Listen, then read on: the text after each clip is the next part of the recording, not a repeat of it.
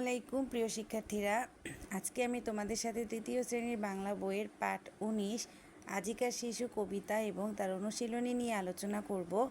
চলো প্রথমে কবিতাটি পড়ি। আজিকার শিশু কবিতাটি লিখেছেন সুফিয়া কামাল।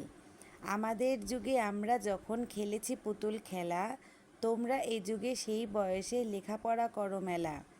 আমরা যখন আকাশের তলে উড়াইছি শুধু ঘুড়ি, তোমরা এখন কলের জাহাজ চালাও গগনজুড়ি।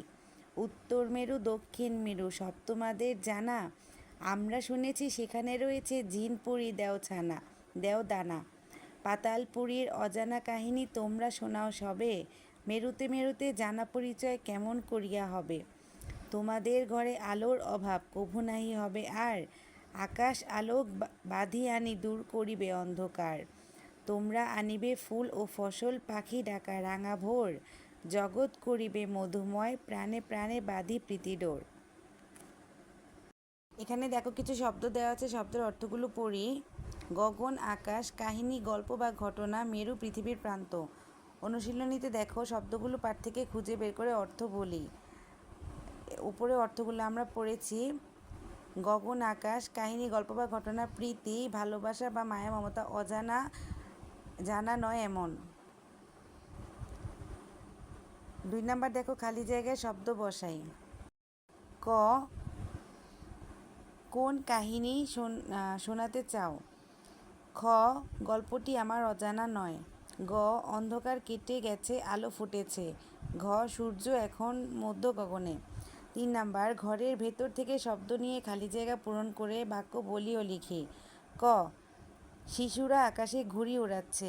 খ, শরীর ভালো থাকলে মন ভালো থাকে। গ, প্রীতি ও শুভেচ্ছা রইল। ঘ, ভোরে পাখি ডাকে। পরে দেখো এখানে কিছু বাক্য গঠন দেওয়া আছে। অভাব, যত্নের অভাবে গাছটি মরে গেল। ফসল, মাঠে সোনার ফসল ফলে। কাহিনী, দাদি অনেক কাহিনী জানেন। পরিচয়, আমি কি আপনার পরিচয় জানতে পারি। এখানে 5 নাম্বারে দেখো কিছু প্রশ্ন দেওয়া আছে, চলো প্রশ্নের উত্তরগুলো পড়ি। ক, আমরা পড়ালেখা করব কেন। উত্তর, আমরা ভালো মানুষ হওয়ার কারণে পড়ালেখা করব। খ, কিভাবে আমরা অন্ধকার দূর করব। উত্তর, আকাশের আলো বেঁধে এনে আমরা অন্ধকার দূর করব।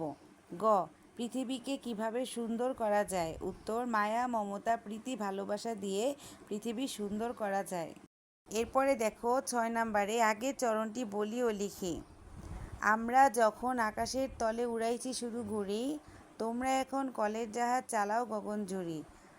তোমাদের ঘরে আলোর অভাব কভু নাহি হবে আর, আকাশ আলোক বাঁধি আনি দূর করিবে অন্ধকার। এরপরে দেখো এখানে সমার্থক শব্দ, একই অর্থের শব্দ লিখি। যুগ, কাল বা আমল।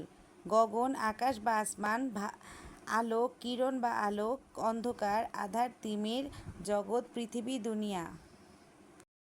তারপরে হচ্ছে 8 নাম্বার কবিতাটি না দেখে বলিও লিখি, তোমরা নিজেরা চেষ্টা করবে। 9 নাম্বারে দেখো বুঝে নেই। পাতালপুরী, মাটির নিচের কল্পনার জগৎ। উত্তর মেরু পৃথিবীর উত্তর প্রান্ত। দক্ষিণ মেরু পৃথিবীর দক্ষিণ প্রান্ত। প্রীতিডোর ভালোবাসার বন্ধন। 10, আগের যুগের এবং বর্তমান যুগের 3টি পার্থক্য বলিও লিখি। আগের যুগে ছেলে মেয়ে পুতুল খেলা দিয়ে সময় পার করত। আগে ঘুড়ি উড়াতেই শিশুরা ব্যস্ত থাকতো। ধারণা ছিল উত্তর দক্ষিণ মেরুতে জিনপুরি দেবদৈত্য থাকত।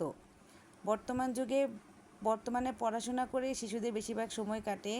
এখন হেলিকপ্টার উড়োজাহাজ চালায় শিশুরা। উত্তর দক্ষিণ মেরু আকাশ পাতালে কী আছে, শিশুর এখন সব জানা।